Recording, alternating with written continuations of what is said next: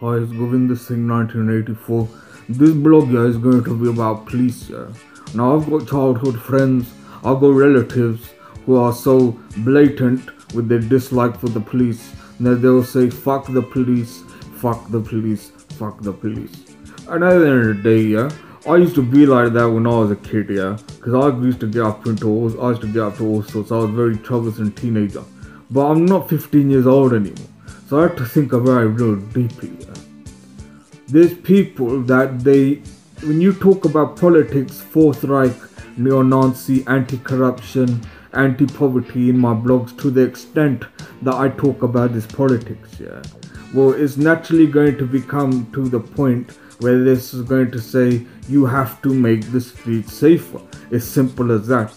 And so if people are like talking politics and you want to have a team to tackle people who are to blame for favelas in South America or slums in India, then you're going to need a team that's about doing the thing, you get what I'm saying, yeah? And so what it boils down to is there's timid people, and not just people who are strangers, yeah, the people who can be your relatives. So you can have people who, when they walk down the street and you're in a town that is synonymous for burglaries and for muggings by drug addicts to feed their heroin addiction, people tend to enjoy having and feel safer to have a police presence as they're walking down the street. And so I'm not 15 years old anymore. I don't get uneasy when I stand there and I see police parked up. It just doesn't bother me. It's like if it's going to deter something from happening and make those skinny things with patkas, and they walk down the street and then they see a gang of youths walking towards them and they shit themselves. They think their phone's gonna get jacked, and they're coming home from school or late from work and they think someone's gonna batter me randomly.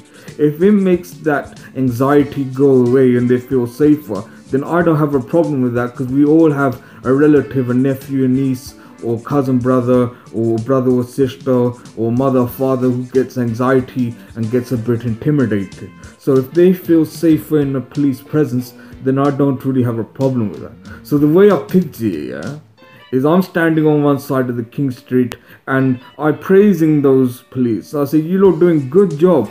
You do very good job. You make the kids feel safer. If there's a car accident, you hold people's hands until the ambulance get there. If there's domestic violence, you come and help the children feel happier that the fighting now stops. So you do a good job. I'm praising you. You get what I'm saying? Yeah, I'm praising you. And so when I wave to them, I'll say to my uncle who has a takeaway, I'll say, have you got any samosa? Let me take some samosa to the officer. You do very good job. Very nice. And so when he goes, and then my friend or somebody I know comes to see me, and I shake their hand and I say, here's that eighth of skunk you asked me for, and here's some ganja, and there's a gram of cocaine in there as well. And then that's when it comes down to, oh, you're nicked. That's when they fucking, twist your fucking arm around your back and fucking throw you back in the squad car. And you say, I fucking just praised you fucking 5 seconds ago, and now you fucking doing the cuntish side of your fucking job. And what they fucking say is, oh, I'm just doing my job, it's the law. And it's like fucking slavery used to be the fucking law, doesn't mean it was fucking right, you know what I'm saying, yeah? Now you're being a fucking cunt. That's where it fucking gets, the fucking conflict comes into it. You know what I mean? And so it's like, why are you being fucking cunt for? There's Zionist capitalists who got people in corporation slavery in parts of the world where they're in sweatshops, and you fucking don't get off your ass to go and get those corrupt bankers. And here's someone who's 18 years old, not a minor, not in high school, not in college, someone who's in university, a professional, out their own choice, they want to smoke ganja like Shiva Shankar and the Rastafarians. And then you got those who don't smoke skunk, and you got those who smoke ganja, and you got those who snort cocaine, and they're doing it out their own will, and you manhandling me, giving me a hard time, and fucking up my shit. Now that's the contest side of your job, yeah? I just fucking praised you 10 seconds ago, and now you've been a cunt. And all they say is, I'm just doing my job, yeah? And it's like, can't you give me an informal license to trade. If I've got to go to the council to get a peddler's license so I can be on the walkabout and pedal, and I'll get a license for it, would that be alright? Because if I was one of those dudes, yeah, that went around and I was in gang violence, and I was like, stab people, anybody who comes from a different area, come here, stab them, kill them, you'd be like, he's a troublemaker. But I look at it like the grocery stores in the King Street. You have one grocery here, and then 2 weeks later, right next door to it, another grocer pops up. And I'm sure the original grocery, he gets a bit upset. He's like, oh, they're taking my business. But he doesn't go and kill them now, does he? He accepts that some weeks he's going to have a profit and loss sheet. Yeah? Some weeks is going to be good. Some weeks is going to be bad. Okay? So it's simple as that. So I don't go around promoting taking tough and shit like that. I just supply people who fucking feel comfortable coming to someone who gives them a fucking customer service experience. And they fucking throw me in jail. And now I'm handcuffed and I'm sitting in my fucking cell. And I tell you, when I'm in fucking prison, yeah, there's some shit that I'm not even going to fucking put up while I'm there. There's some shit that will just drive me nuts. I'll get into a fight with a fucking immature dickhead, yeah, or a prison warden just to be put in solitary confinement. It's simple as that. I'd rather sit in fucking isolation, have no contact with anyone, so I can just read a book, read about politics, and read about the revolution. You get what I'm saying, yeah? So that's what it comes down to. There's some shit that I just won't fucking part with. And so I praised them 10 seconds ago, and now they've thrown me in jail. So what am I supposed to do? A political prisoner, innit? So what do you do now? You're sitting in jail. Just praying, what you gotta do? You just say Om Namah Shivaya, Har Har Mahadeva, Karushe Bazog Cyrus the Great, Harvest Khuda Thright Ono. What do these Aryans, what do we have to do? You get what I mean? So I'm just dumbfounded. I praise them and I acknowledge that their presence is good for the community. It helps people feel safer. But you're just doing something that they say is against the law.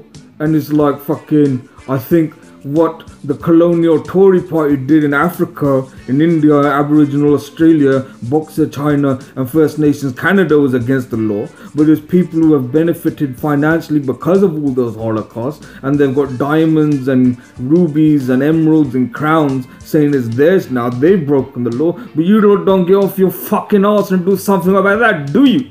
You know what I fucking mean? So it's like, at the end of the day, what it comes down to, yeah, there's some shit that I just won't put up. It's simple as that. Don't fucking wind me up, because I'll swear down. I don't know, I can't fucking do anything. I fucking can't do nothing. This is just a character, and that's the end of the show, and that's basically where I stand. And the reality is, I'm a director of my own company, yeah? I have OSNST Limited, and that was just a character I just did. And I personally don't have any involvement with any drug trade, any illicit trade. I'm a good person, I work for a company, and I'm a law-abiding citizen now. It was more just a character to show you the dimensions and the various personalities that you may come across in Southall. So that's all it is, it's just a character. And so as a director of my own company, I need to set example to the youth. It has to be a good, like, you know how Apache Indian in Birmingham has his academy. That's how I want OSNST to be Old Southall, New Southall town. You get what I'm saying? So just behave. That's what it comes down to. I've made my mistakes. If you want to know the mistakes I made as a teenager, it was fucking assault, ABH, GBH with weapons or steel chrome bars, or fucking riding around, joyriding in stolen cars, fucking credit card scams, fucking fraud, what else, fucking drug dealing. But I'm not that person anymore. You get what I'm saying? I've got children in the house that I need to set example to, not to make the same fucking mistake. And it's as simple as that. But I'm not going to fuck up anyone's money. If you've got a little thing going on here where you got a little fucking SIM card that's popping and that, I'm not going to fucking fuck up your shit as long as you're not fucking selling it to fucking college students or fucking teenagers in high school, because they fucking fuck their head up and it'll make them lazy when all they need to do at this stage in their development is get their qualifications, and if they have learning difficulties, get the confidence that they can get a skill, a trade behind them, whether it's being a courier driver, bus driver, tube driver, or fucking warehouse worker. They need to get or plumber, or electrician, or builder. They need to get the confidence that there's still hope, that you still can get out the ghetto by just working hard, yeah?